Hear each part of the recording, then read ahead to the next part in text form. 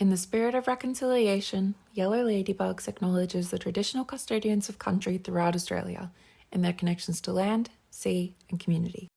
We pay our respects to their elders past and present and extend that respect to all Aboriginal and Torres Strait Islander peoples today.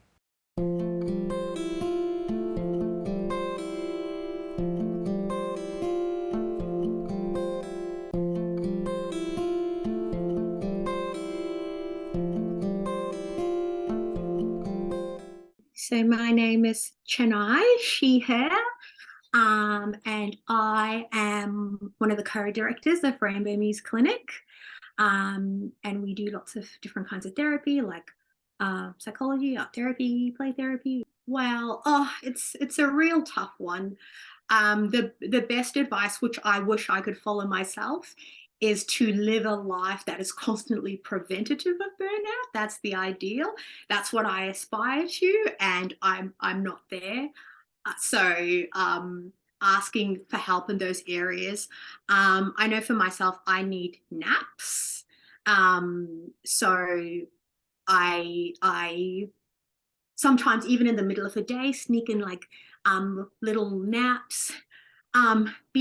Being real, like no matter what your job is or how you other people perceive you or how you wish to be perceived, it's a dirty, filthy lie that anyone 100% has it together, except maybe Beyonce or Obama or so. I don't know. But like, if it's tough, it's okay to just be like, um, to to be like, I wish. Often I feel like I wish I could be good at everything all the time, but I never ever come close. And hopefully people will take me that way. Like, and most of the wonderful humans I spend most of my time with do, but also, um, yeah, knowing as I live a life in that way, in the areas I have weaknesses, coming up with more long-term plans.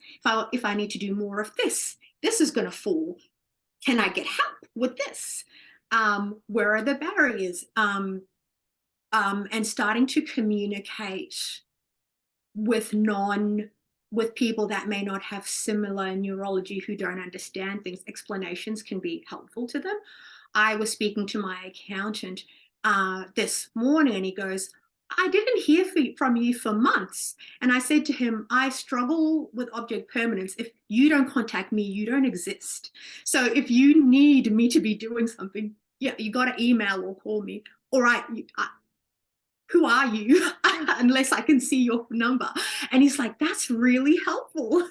Um, so just communication about what's helpful and what's not, and self-acceptance, being gentle with ourselves.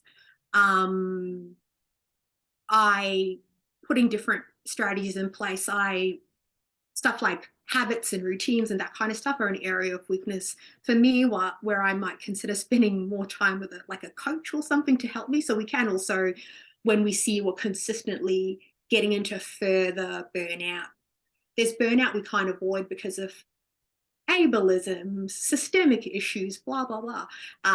But then sometimes in our everyday things we do in our work or study, whatever, there's skills we can learn. So I'm always trying to learn skills where I can, where I can't control the things and they're big external things, managing my energy, taking steps back where I can, resting, having friends and allies in all of those arenas.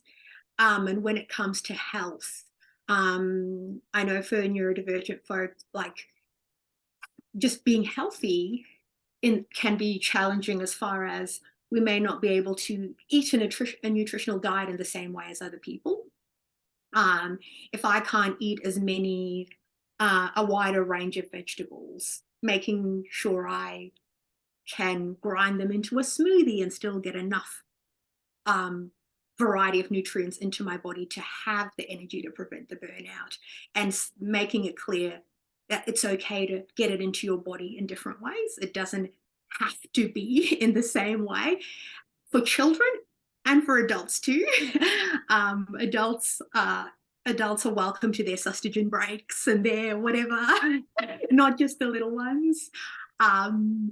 Adults need their sensory breaks. Adults need to ask for accommodations and have the right to ask their workplaces to have quiet working spaces, to have earphones on, to do whatever, because burnout is compounded by surviving a world that's assaulting you essentially, and then gritting your teeth and going, that's fine, I'm overloaded and overwhelmed, but it's that just so I having the courage to say, I can do my job excellently, but I need this and this and this and this and this to be put in place to support me. So my name is Dr. Sarah Bernard. I'm an autistic ADHD disabled doctor working in Perth, Western Australia. I'm learning that there is a beautiful vulnerability in owning your mistakes and letting people know early. I think that we need to understand executive dysfunction is not a choice. So there's no shame in the disability of having projects turn out to be more than you can manage. My top tips would be, number one, pay attention to your senses. So reduce your sensory overload and connect with your sensory joys and stims. It will help your recovery, and it's healthy and essential to autistic wellbeing. Number two would be spending time engaging with your interests, because those are like power foods for neurodivergent brains and very, very restoring. Number three, I would say, is go for the easy versions. Go for the easy version of any task that requires planning and prioritization.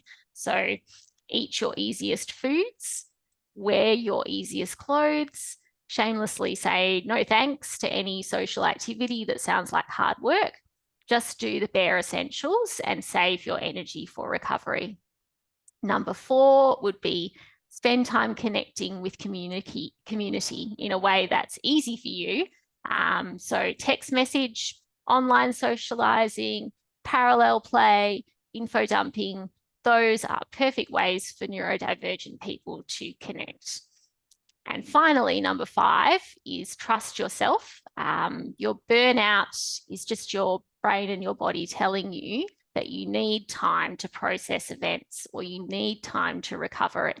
And once those important needs are met, you'll feel your energy recover. So we actually did a follow-up study of our participants that we saw for the initial COVID study in 2020.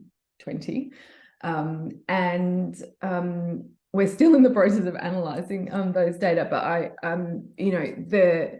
from those interviews that we did, I think essentially we did them at the end of 2021. So that was the end of that, particularly in Sydney and Melbourne, where there was a big 4-month lockdown, and we were coming out of that lockdown. And so we were really interested in kind of life after lockdown. And I think, or kind of COVID normal.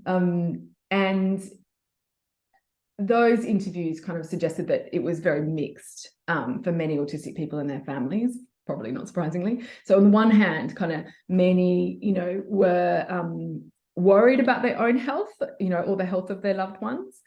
They were worried about kind of re-entering kind of social life, so whether it be school or work or going out in the community. And as I said before, although the lockdown was really hard for so many people, they also reported feeling freed from some of the overwhelming demands and expectations of living in a neurotypical world.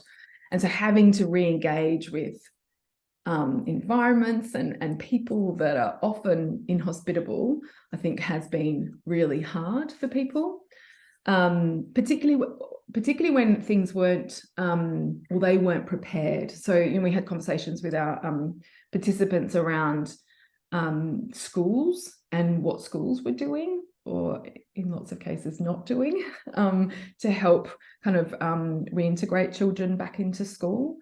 And so it is about not just, you know, the autistic person or family kind of going out into the world. It's also what the world can do to help prepare them in doing that.